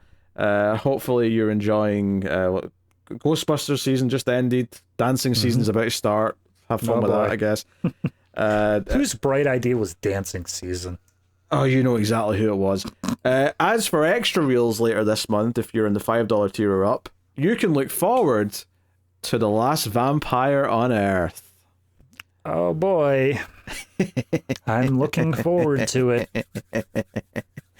So look forward to that. Thank you for supporting the show. Thank you for being patrons or YouTube members. We do appreciate it. It helps keep all the shows going, and you can get access to these prestigious films, which I know you're all sick, demented bastards who prefer torturing us with extra reels, but we get to recommend good movies on this show, and that's nice. It feels good to be able to enjoy a movie every once in a while, especially having just wrapped up Ghostbusters season. Although, I mean, just behind the curtains though, David's making a prediction there, because we've not actually recorded Afterlife or seen the new one yet. But that's true. But we did already do 2016. Basically, what David fresh in the mind. David's basically just saying that 2016 alone did a number on him, and he's not over it. Yep. Anywho, thank you very much for joining us. Thank you for your patrons. We'll see you next time. And in the words of Martin Scorsese, no runtime is too long, but he's wrong about that, because Killing of the Flower Moon was too long.